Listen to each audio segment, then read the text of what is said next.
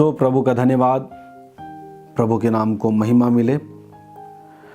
प्रभु की उपस्थिति हमारे बीच में है और हम कुछ खास बातों को आज के दिन में करेंगे। याद रखिए, आप सब जितने लोग प्रभु में विश्वास करते हैं, यदि आप सोचे जो आपने यीशु मसीह पर विश्वास किया है और आपने अपने जीवन में छुटकारे को पाया है और आप पाप से आज़ाद हुए हैं, आपके परिवार में छुटकारा, आपके फैमिली में छुटकारा आया है, सब कुछ जो आप इस जीवन में प्रभु के द्वारा प्राप्त कर रहे हैं, बहुत धन्यवाद कि प्रभु ने आपको दिया, हम सब के जीवन में किया है। परंतु याद रखें, हर एक मसीही जीवन में एक चुनौती जरूर आएगा। किसी के जीवन में बड़ी, किसी के जीवन में छोटी, परंतु चुनौतियां, जो चैलेंजेस है, वो सबके जीवन में आता है। हर एक मसीही जीवन को, मसीही व्यक्ति को स्टैंड होने की, खड़े होने की जरूरत है। देखिए, आप मत समझिए कि हमेशा परिस्थितियां आपके अनुकूल रहेंगी या आपके पक्ष में रहेंगी, परंतु कभी कभी ऐसा समय आएगा कि परिस्थितियां हमारे विरोध में होंगी, लोग हमारे विरोध में होंगे, परंतु उस समय हमें स्टैंड लेने की जरूरत है, खड़े होने की जरूरत है।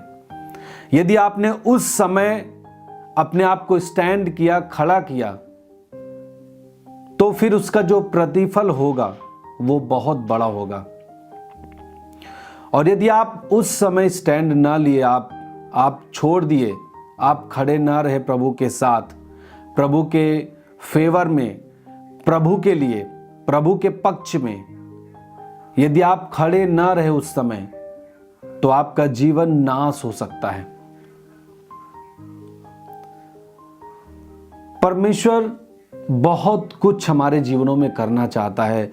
आप बाइबल जब पढ़ते हैं तो आप समझ पाते हैं कि परमेश्वर के मन में हमारे लिए किस तरह से कल्पनाएं हैं, वो हमारे लिए क्या सोचता है, हमारे जीवन के लिए, हमारे फैमिली के लिए, हमारे आत्मिक जीवन के लिए, क्योंकि हम उसकी संतान हैं। और एक पिता हमेशा अपने बच्चों के लिए बेहतर सोचता है, इंतजाम को करता है, व्यवस्थाएं करता है। वैसे हमारा परमेश्वर है, वो हमारा पिता है, वो आज भी हमारे साथ है। और जब हम कहते हैं वो हमारा पिता है, तो इस बात से शैतान को जलन होती है और उसका एक योजना है, उसका एक प्लान है कि वो, जब आप कहते हैं कि यीशु मेरा पिता है, वो इस रिश्ते को कायम रहने नहीं देना चाहता। और वो चाहता है कि उस रिश्ते को, जो पिता और पुत्र के जैसा एक रिश्ता है, एक मनुष्य और परमेश्वर के साथ, वो फिर से दूर रहें। क्योंकि यदि मनुष्य और परमेश्वर का एक रिश्ता हो गया, तो शैतान नष्ट होगा, वो रोएगा, उसको दुख होगा। क्योंकि जो मनुष्य है वो परमेश्वर के द्वारा बनाया गया है, और जो कुछ परमेश्वर के द्वारा बनाया गया है, शैतान उसे हमेशा नष्ट करना चाहता है। और खास तौर से हम उसकी संतान हैं, परमेश्वर की संतान है। इस कारण से देखिए, संसार में जो व्यक्ति हैं, है ना, आंधी तूफान बाइबल कहता है सबके जीवन में आता है। एक मसीही व्यक्ति के जीवन में भी आएगा, और एक जो मसीह में विश्वास नहीं करता, अविश्वासी है, उसके भी जीवन में आंधी और तूफान आते हैं। परंतु हमें स्टैंड लेने की जरूरत है, और वही व्यक्ति स्टैंड ले सकता है जो व्यक्ति वचन में स्टैंड लेता है, वचन में उसके गहराई में है, जो वचन को पढ़ता है, समझता है, यीशु मसीह को समझता है, वही व्यक्ति स्टैंड भी ले सकता है, खड़ा भी हो सकता है। नहीं तो वह व्यक्ति तुरंत अपने विश्वास से डगमगा जाएगा और मसीह को छोड़ देगा और संसार के साथ समझौता करेगा, उस आंधी और तूफान के साथ समझौता कर लेगा। हालेलुया। हम सब एक वचन को पढ़ेंगे, यहोशू की किताब से, उसका 1 अध्याय, उसके 9 पद। यहोशू उसका 1 अध्याय और उसका 9 पद। देखिए, बाइबल यहां पे इस प्रकार से कहता है, क्या मैंने तुझे आज्ञा नहीं दी? क्या मैंने तुझे आज्ञा नहीं दी कि हियाव बांधकर दृढ़ हो जा, भय ना खा और तेरा मन कच्चा ना हो, क्योंकि जहां जहां तू जाएगा वहां वहां तेरा परमेश्वर यहोवा तेरे संग रहेगा। हालेलुया। फिर से पढ़ेंगे, आप सब ध्यान से सुने। क्या मैंने तुझे आज्ञा नहीं दी थी? ये उस समय की बात है जब यहोशू, मूसा के मृत्यु के बाद यहोशू को जिम्मेदारी मिली इजरायली लोगों की अगुवाई करने के लिए। परमेश्वर कहता है, क्या मैंने तुझे आज्ञा नहीं दी कि हियाव बांधकर दृढ़ हो जा। इसका मतलब एक व्यक्ति जिसे परमेश्वर चुनता है, उस व्यक्ति को हियाव बांधने की जरूरत है। विश्वास करता है परंतु उसे हियाव बांधना पड़ेगा।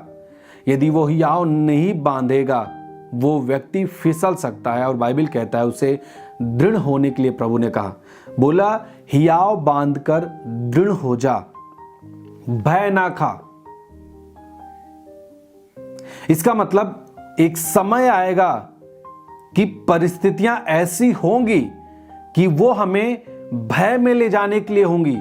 हमको लगेगा अरे क्या हो रहा है, अरे अरे लोग कह रहे हैं यीशु मसीह को छोड़ दो नहीं तो तुम्हें गांव से निकाल देंगे, हे यीशु मसीह को छोड़ दे नहीं तुम्हारी नागरिकता खत्म हो जाएगी, हे यीशु मसीह को छोड़ दे नहीं तुम्हें मार दिया जाएगा, तुम्हें जेल में डाल देंगे। तो उस समय बाइबल कहता है कि परमेश्वर ने अपने दास से कहा, यानी हम सब से कह रहा है कि उस समय हमें भय नहीं खाना है। भय एक व्यक्ति कब खाता है? कभी ना कभी किसी बात को सुनता है, नकारात्मक बात को, तभी एक व्यक्ति भय खाता है।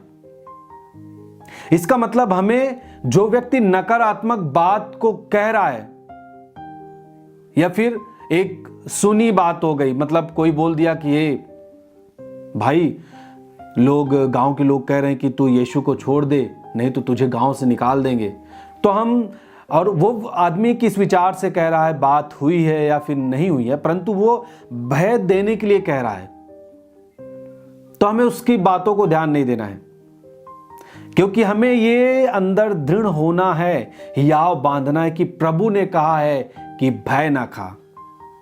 आमीन। हमें क्या करना है? एक व्यक्ति यदि भयभीत करने वाली बातों को बोलता है, हमारे विरोध में बातों को बोलता है, हमारे सामने भी बोलता है, परंतु हमें बाइबल के अनुसार हियाव बांधना है उस समय, और दृढ़ हो जाना है, और भय नहीं खाना है। हालेलुया। हमें विश्वास होना चाहिए कि जिस परमेश्वर ने हमें पाप से निकाला है, गंदगी से निकाला है, उस कीचड़ से निकाला है, वो परमेश्वर आज भी जीवित है, वो हमारे साथ है, वही हमें संभालेगा। इस फेथ के साथ हमें विरोधियों से भय नहीं खाना है, क्योंकि सब परमेश्वर की सृष्टि है। हर एक प्राणी, वो कितना भी एक प्रधान भी हो जाए, एक बड़ा एक अधिकारी भी हो जाए, ठीक है, उसके अंदर श्वास है, परंतु संसार का अधिकार है, सही बात है, परंतु यदि वो अधिकारी भी संविधान के अनुसार काम नहीं करता, वो संविधान के विरोध में काम करता है, मतलब कि हमारी जो स्वतंत्रता है, जो मानवाधिकार है, उस चीज को हानि पहुंचाता है, तो हमें दृढ़ता के साथ खड़े होना है, हमें उस बात से भय नहीं खाना है। हालेलुया। यदि आप डरे तो आपकी आने वाली संतानें डर डर के जिएंगी। ऐसे करके पूरे समाज के लोग धीरे धीरे करके डरने लगेंगे। देखिए, हमें स्टैंड लेना होगा, हमें खड़े होना होगा हिम्मत के साथ। यदि आज आप हिम्मत के साथ खड़े रहें तो आने वाला जो दिन है वो बहुत सरल और सुगम तरीके से व्यतीत होगा। चर्च की सभी प्रार्थनाओं को और परमेश्वर के दास के द्वारा टीचिंग सुनने के लिए और अपडेट्स को जानने के लिए हमारे इस चैनल को सब्सक्राइब करें और साथ में बेल आइकन को जरूर दबाएं, ताकि जब भी लाइव प्रार्थना हो तो सबसे पहले आप देख सकें।